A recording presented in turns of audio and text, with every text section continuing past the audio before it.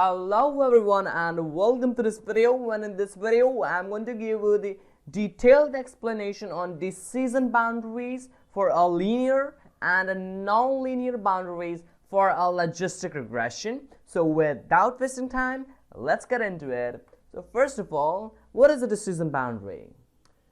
Let's say in order to get our discrete 0 or 1 classification, it simply means that y is the member of our 0 or 1. It means our valued output y would be either 0 or 1.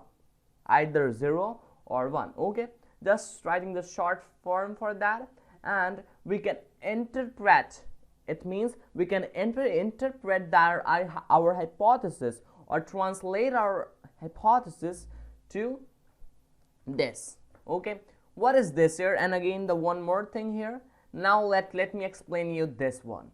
We have our hypothesis h of x, and if it is greater than 0.5, then it will be 1, and if it is smaller than 0.5, then it will be 0. Okay, then it will be 0. So there is a typo error, please make this 0. Okay, so what is this? We have an h of x, we are giving some amount of input, and if it is 0 is greater than 0.5, then the output value would be 1. That I've discussed about these things in my previous videos. And if the output is lesser than 0.5, which is our threshold, it would be y equals to 0. Okay, now I think this might be very clear to you. Okay, just there is a typo error. Let me make the typo error correct. Okay, this is a 0.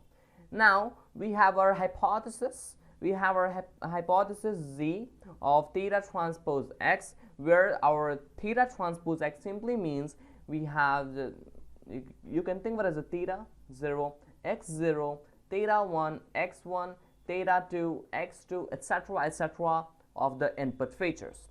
So we have our theta in the column vector x1, x2, x3, and x4, and for assessing the input, so theta 0, x0 is always equals to 1, theta 1, x1 is always equals to x1, theta 2, you can assess the playlist in the same manner. Sorry, playlist, not a playlist. You can assess the elements in the same manner. Okay, just erase this so that it can be never give you this very chunky feeling of that. So let me give you the right.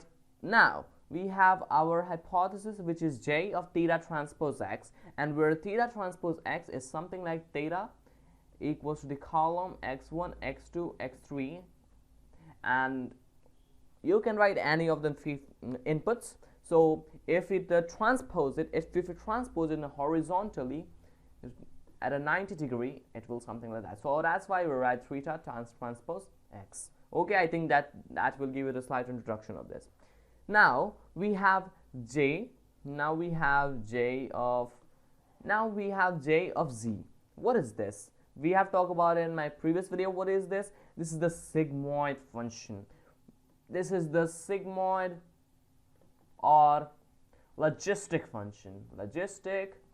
function whose plotting would be something like that. Okay, would be something like that. Okay, if it is greater than 0.5, then it will be give the probability 1, and if it is smaller than 0.5, then it will give the probability 0. Okay, we have g of z equals to 1 by 1 plus e superscript minus j. Okay, now there is a condition. If our hypothesis is equals to this, and if it is greater than 0.5, and if it is greater than 0.5, then y equals to 1. If theta transpose x is greater than 0, it is the challenge. It is the exam that the hypothesis should follow, and if it's greater than 0.5, then the output y will be equals to 1. Then unless or otherwise our hypothesis would be smaller than 0.5, then y equals to 0. Okay, now So what actually a decision boundary is? What actually a decision boundary is? A decision boundary is a line that separates y equals to 0 and y equals to 1, and it is created by our hypothesis. And the decision bound, let's say we have this, the circle ones would be the y equals to 0 and the cross ones would be the y equals to 1. Okay, here the decision boundary will be formed something like this, and this is the straight line where we can call it as a linear boundary. We can call this as a linear boundary, and you can think of it as the same thing, that we have a hypothesis h of x where this one is the theta transpose x. You can do whatever you want to do, but here theta 0 x 0, again the same thing what happened, x1 x2 x3. okay, now you can assess the same element from there. Okay, nothing to worry about it. This is the same thing, theta transpose x. Now we are horizontally writing all those things. Again, I'm explaining a decision boundary is the line that separates the area. This is the area for a y equals to 0, and this is the area for the y equals to 1. Okay, now I think that you got intuition of linear boundaries. Now let's talk about the non-linear boundaries. Yes, there can be a non-linear boundaries. You can do anything you. They are called if you. This is the linear boundary. And if you see the shape something like that, this is not a linear boundary, so it's called a non-linear boundaries. Okay, now I think that this must be clear to you. Now we have our something like this kind of, where we usually think this one as the circle ones, something like circle ones would be the y equals to 0, y equals to 0, and the cross one would be the y equals to 1. Again, this is the very detail of that. Now if you want to form the non-linear boundary for separating where y equals to 0 and y equals to 1, we have our hypothesis, which is this, and our hypothesis is g of theta 0, theta 1, x1, and this all is the theta transpose x. Okay, clear? I think that you might be that this is the very simple part of linear and non-linear boundaries. In case of linear, we have a straight line for separating y equals to 0 and y equals to 1. In case of non-linear, we have a decision boundary which separates something like this and something like this, which separates y equals to 0 and y equals to 1. Okay, now I think that you got intuition about a linear and a non-linear boundaries. And you might be thinking, hey Ayush, what is the use of this linear and non-linear boundaries?